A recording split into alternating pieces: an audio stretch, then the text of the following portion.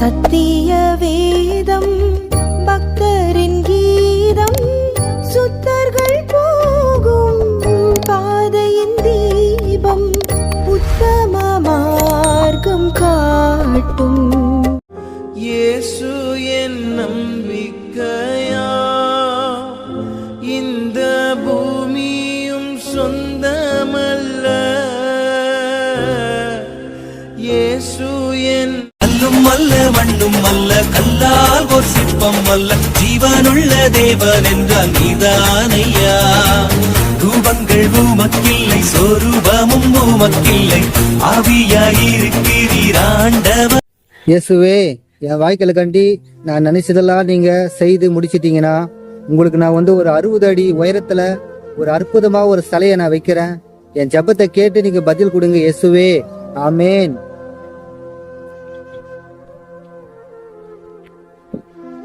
என்ன பிரதர் பண்றீங்க?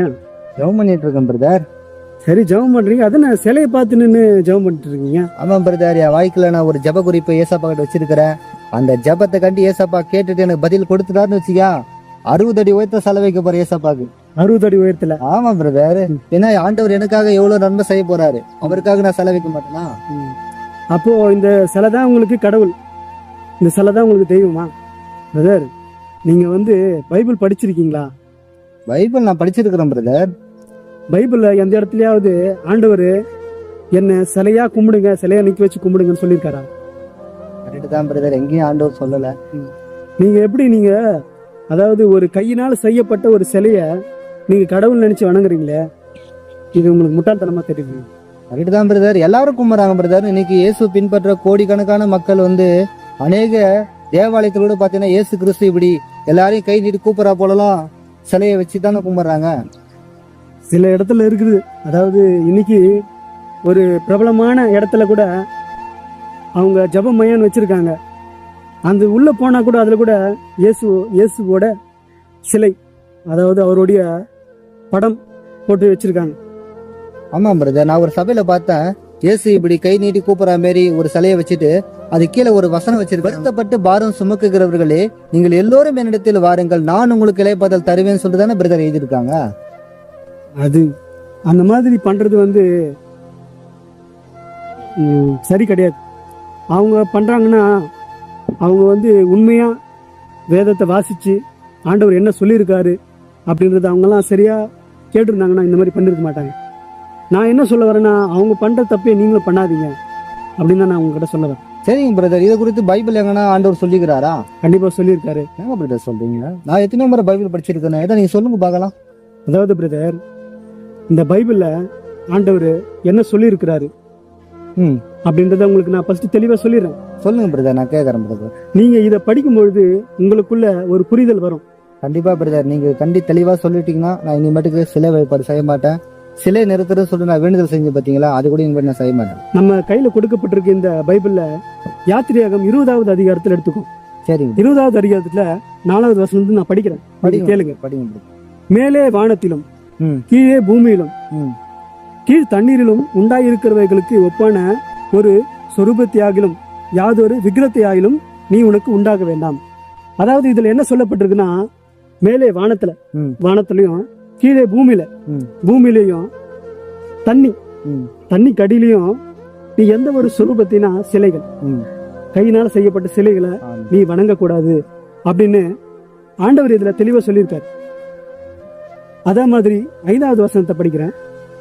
நீ அவைகளை நமஸ்கரிக்கும் சேவிக்கும் வேண்டாம், உன் தேவனாகி கர்த்தராய் இருக்கிற நான் எரிச்சலுள்ள தேவனாய் இருந்து என்னை பகைக்கிறவர்களை குறித்து பிதாக்களுடைய அக்கிரமத்தை பிள்ளைகளிடத்தில் 3ஆம் 4ஆம் தலைமுறை மட்டும் விசாரிக்கிற தேவனாயிருக்கிறேன். வசனத்துல என்ன சொல்லப்பட்டிருக்குது நீங்க கவனிச்சிருக்கீங்களா? நீ அவைகளை நமஸ்கரிக்கும் சேவிக்கும் வேண்டாம், நீ அதை வணங்க வேண்டாம்னு சொல்லியிருக்காரு. அதுக்கப்புறமா பார்த்தனா, தேவனாகி கர்த்தராய் இருக்கிற நான் எரிச்சலுள்ள தேவனாய் இருக்கிறேன். ஆண்டவர் மிகவும் எரிச்சலுள்ள தேவனா இருக்கிறார். மணி, நம்ம சிலை வழிபாடு செய்யும் போது கடவுள் எரிச்சல் உள்ள தேவன். கண்டிப்பா நீ இந்த மாதிரி பண்றதுல ஆண்டவர் எரிச்சல் விடுற மாதிரி தான் இருக்கும். நீ சிலையை வணங்குறதும், கையினால் செய்யப்பட்ட சிலையை வணங்குறதும், இதுதான் இவருதான் ஏசப்பான்னு சொல்லிட்டு நீ எவ்வளவு பெரிய சிலையா ஒண்ணா இருக்கு, உலகத்துல பெரிய சிலையா ஒண்ணா இருக்கும். ஆனா தேவன் அதுல இல்ல, தேவன் சிலையா இல்ல அப்படின்றத தெளிவா புரிஞ்சுக்கீங்க. நீங்க இந்த மாதிரி இங்க பண்ணும்பொழுது அவர் என்ன சொல்றாருன்னா, என்னை பகைக்கிறவர்களை குறித்து பிதாக்களுடைய அக்கிரமத்தை பிள்ளைகளிடத்திலும் 3ஆம் 4ஆம் தலைமுறை மட்டும் விசாரிக்கிற தேவனா இருக்கிறேன். நீங்க செய்யற இந்த தவறான செயலை உங்க தலைமுறையா தேவன் கண்டிப்பா கேட்பாருங்க. உங்களை மட்டும் இல்ல, உங்களுக்கு அடுத்ததா வர உங்க பசங்க, உங்க பேர பிள்ளைகள் முதற்கொண்டு அவரோட கோபம் இருக்கும். அதை தெளிவா தெரிஞ்சுக்குங்க. பிரதர், நீங்க இந்த மாதிரி சம்பவம் பண்ணிட்டு இருக்கீங்க, இந்த மாதிரி சிலையை வழிபட்டிருக்கு. இதே மாதிரி ஒரு சம்பவம் வெளிநாட்டில் நடந்தது. வெளிநாட்டில் பார்த்தீங்கன்னா மிகப்பெரிய பிரம்மாண்டமான இயேசு சிலையை நிக்க வச்சு வழங்கிட்டு இருந்தாங்க. ஆனா என்ன நடந்தது தெரியுங்களா? அந்த வீடியோவை நீங்க பார்த்துருந்தீங்கன்னா உங்களுக்கு தெரிஞ்சிருக்கும். நான் உங்களுக்கு அந்த வீடியோ காட்டுறேன், நீங்க அந்த பாருங்க. தென் அமெரிக்க நாடான பிரேசிலில் உலகின் மிக உயரமான இயேசு சிலை உள்ளது. அந்நாட்டின் ரியோ டி ஜெனிரோ நகரில் உள்ள மலைப்பகுதியில் உள்ள இந்த பிரம்மாண்ட சிலையானது 125 அடி உயரம் கொண்டது. இந்த பிரம்மாண்ட சிலை மீது மின்னல் தாக்கிய நிகழ்வு தத்ரூபமாக படம் பிடிக்கப்பட்டு அந்த புகைப்படம் மற்றும் காட்சிகள் சமூக வலைதளங்களில் வைரலாகி வருகிறது. கடந்த பிப்ரவரி 10ஆம் தேதி இந்த இயேசு சிலை மீது மின்னல் தாக்கியதாக சொல்லப்படும் நிலையில் இந்த நிகழ்வு தத்ரூபமாக படம் பிடிக்கப்பட்டு பகிரப்பட்டு வருகிறது. ஏற்கனவே 2014ஆம் ஆண்டில் இந்த சிலை மீது மின்னல் தாக்கியது. இதன் காரணமாக சிலையின் விரல் சேதமடைந்ததும் குறிப்பிடத்தக்கது. இந்த முறை மின்னல் தாக்கியதில் ஏதேனும் சேதமடைந்ததா என்பது குறித்து ஆய்வு செய்ய உள்ளதாக தகவல்கள் தெரிவிக்கின்றன. இது எதனால தெரியுங்களா? ஆண்டவருடைய கோபம் தான். ஆண்டவருடைய கோபம் தான் இந்த மாதிரி வெளிப்பட்டிருக்கு. ஆனா இதை குறித்து பைபிள் வசனம் இருக்குதா? இது ஆண்டவருடைய கோபம் தான்ன்றது எப்படின்னா நான் புரிஞ்சுக்கின்றேன். ஆனா இதை குறித்து ஏதாவது கடவுள் சொல்லி இருக்கிறாரா? அதாவது அந்த சிலை மேல ஏசப்பா தான் இடியை அனுப்பினார்ன்றதுக்கு எதனா ஆதார பைபிள் இருக்கா? கண்டிப்பா இருக்கு. நான் உங்களுக்கு சொல்றேன், சொல்லுங்க, நான் பார்க்கலாம். ரோமர் அதிகாரத்தை எடுத்துங்க. ரோமர் 1ஆம் அதிகாரத்துல 18வது வசனம். சரிங்க. சத்தியத்தை அநியாயத்தினாலே அடுக்கி வைக்கிற மனுஷனுடைய எல்லா அவபக்திக்கும் அநியாயத்துக்கும் விரோதமாய் தேவ கோபம் வானத்திலிருந்து வெளிப்படுத்தப்பட்டிருக்கிறது. புரியுதுங்களா? புரியுதுனா தேவனுடைய கோபம், அந்த தேவனுடைய கோபம் தான் அவ்வளோ பெரிய சிலைய இன்னைக்கு சின்ன பின்னமா ஆக்கிச்சு. அதே மாதிரி ஒரு சில இடத்துலலாம் இவர் தான் இயேசு அப்படின்னு ஒரு உருவத்தை போட்டு போட்டோவா செஞ்சு வச்சிருக்காங்க. ஆமா, நான் ஒரு ஏசப்பா போட்டா நான் கூட வீட்டுல வச்சுட்டு இருக்கேன். அப்போ அதுதான் இயேசுன்னு சொல்றீங்களா? அதற்கு தான் இயேசு உங்களுக்கு கண்டிப்பா தெரியுமா? இந்த மாதிரி ஒரு சில இடத்துல இப்ப நீங்களே கூட உங்க வீட்டுல இவர் தான் இயேசுன்னு சொல்லிட்டு படத்தை மாட்டி வச்சிருக்கீங்க. இதுவும் ஒரு வகையில சிலை வழிபாடு தான். சரிங்களா? அதனால நீங்க வீட்டுக்கு போன உடனே இந்த மாதிரி தவறெல்லாம் செய்யாம அந்த மாதிரி படத்தெல்லாம் எடுத்து போட்டு இந்த வீடியோ பாருங்க. பேஷன் ஆஃப் தி கிரைஸ்ட் என்கிற திரைப்படத்தை பார்த்திராத ஜனங்கள் யாரும் இருக்க முடியாது. அதில் இயேசு கிறிஸ்துவை போல நடித்த நபர் இந்த புகைப்படத்தில் நீங்கள் பார்க்கும் ஜிம் கேவிசல். அவர் என்ன சொல்லுகிறார் என்றால், I am not Jesus, I am Jim Caviezel, I am an actor. நான் இயேசு கிறிஸ்து இல்லை, நான் ஒரு நடிகர் என்று சொல்லுகிறார். இந்த புகைப்படத்தில் நாம் பார்ப்பது ராபர்ட் போவல். இவரும் ஒரு குறிப்பிட்ட திரைப்படத்தில் இயேசு கிறிஸ்துவாக நடித்தவர். இவர் கூறுவதாவது, stop worshipping me, I am not the real Jesus, I am an actor. என்னை வணங்குவதை நிறுத்திவிடுங்கள், நான் உண்மையான இயேசு கிறிஸ்து இல்லை, நானும் ஒரு நடிகர் என்று கூறுகிறார். Next comes டிகோ மோர்காடோ. இவரும் ஒரு பிரபலமான திரைப்படத்தில் இயேசு கிறிஸ்துவாக நடித்தவர். இவர் கூறுவதாவது, I am only an actor, don't worship me as Jesus Christ. I am not Jesus, Jesus is the life in me. நான் ஒரு நடிகர், என்னை வணங்க வேண்டாம், நான் இயேசு கிறிஸ்து இல்லை, இயேசுவே என்னில் ஜீவனாய் இருக்கிறார் என்று கூறுகிறார். Next comes Walter. பல ஆண்டுகளுக்கு முன்பாக வெளிவந்த திரைப்படங்களில் இயேசு கிறிஸ்துவாக நடித்தவர்.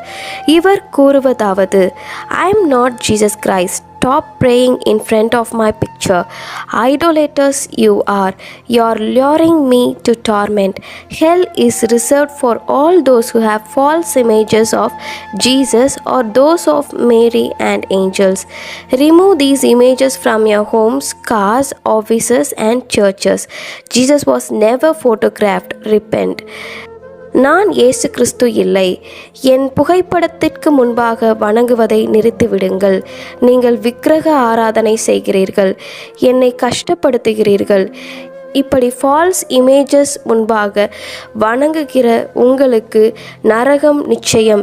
இப்படிப்பட்ட புகைப்படங்களை உங்கள் வீடுகளிலிருந்து, வாகனங்களிலிருந்து, அலுவலகத்திலிருந்தும் சபைகளிலிருந்தும் அகற்றிவிடுங்கள். இயேசு கிறிஸ்துவை இதுவரை நேரில் ஒருவரும் கண்டதில்லை. மனம் திரும்பிவிடுங்கள். எச்சரிக்கை. இந்த வீடியோவை பார்த்து கொண்டிருக்கிற நீங்களும் கூட இந்த சகோதரன் மாதிரி அறியாமையில் நீங்கள் இயேசுவை சிலையாவோ இல்லை ஏதோ கையினால் செய்யப்பட்ட ஒரு படத்தில் நீங்கள் மாட்டி வச்சிருக்கலாம். இவர் தான் ஏசப்பான்னு சொல்லிட்டு நீங்கள் வணங்கிட்டு இருக்கலாம். அதெல்லாம் இப்பொழுது நீங்கள் முட்டாள்தனன்றதை தயவு செஞ்சு உணர்ந்துங்க. ஏன்னா தேவன் கையினால் செய்யப்பட்ட பொருளையும் அவர் இல்லை. ஆமென். அவர் இருக்கிறது நம்மளுடைய மாம்சமான இந்த சரீரத்தில் தான் அவர் வாசமாக இருக்கிறார். அதனால ஆண்டவரை இந்த மாதிரி நீங்கள் சிலைகளாலும் இல்லை படங்களாலும் நீங்கள் வணங்குறத தயவு செஞ்சு இனிமேல் செய்யாதீங்க. தேவன் ஆவியா இருக்கிறார். அதனால எந்த சிலையிலையும் எந்த உருவம் கொண்ட படத்திலையும் தேவன். இந்த செய்தியினால் நீங்கள் ஆசீர்வதிக்கப்பட்டிருப்பீர்கள் என்று நம்புகிறோம். இது கடைசி காலத்தில் உள்ள உங்களுக்காக. இது குறித்த உங்கள் கேள்விகளை, சந்தேகங்களை உடனடியாக எங்களுக்கு அனுப்புங்கள்.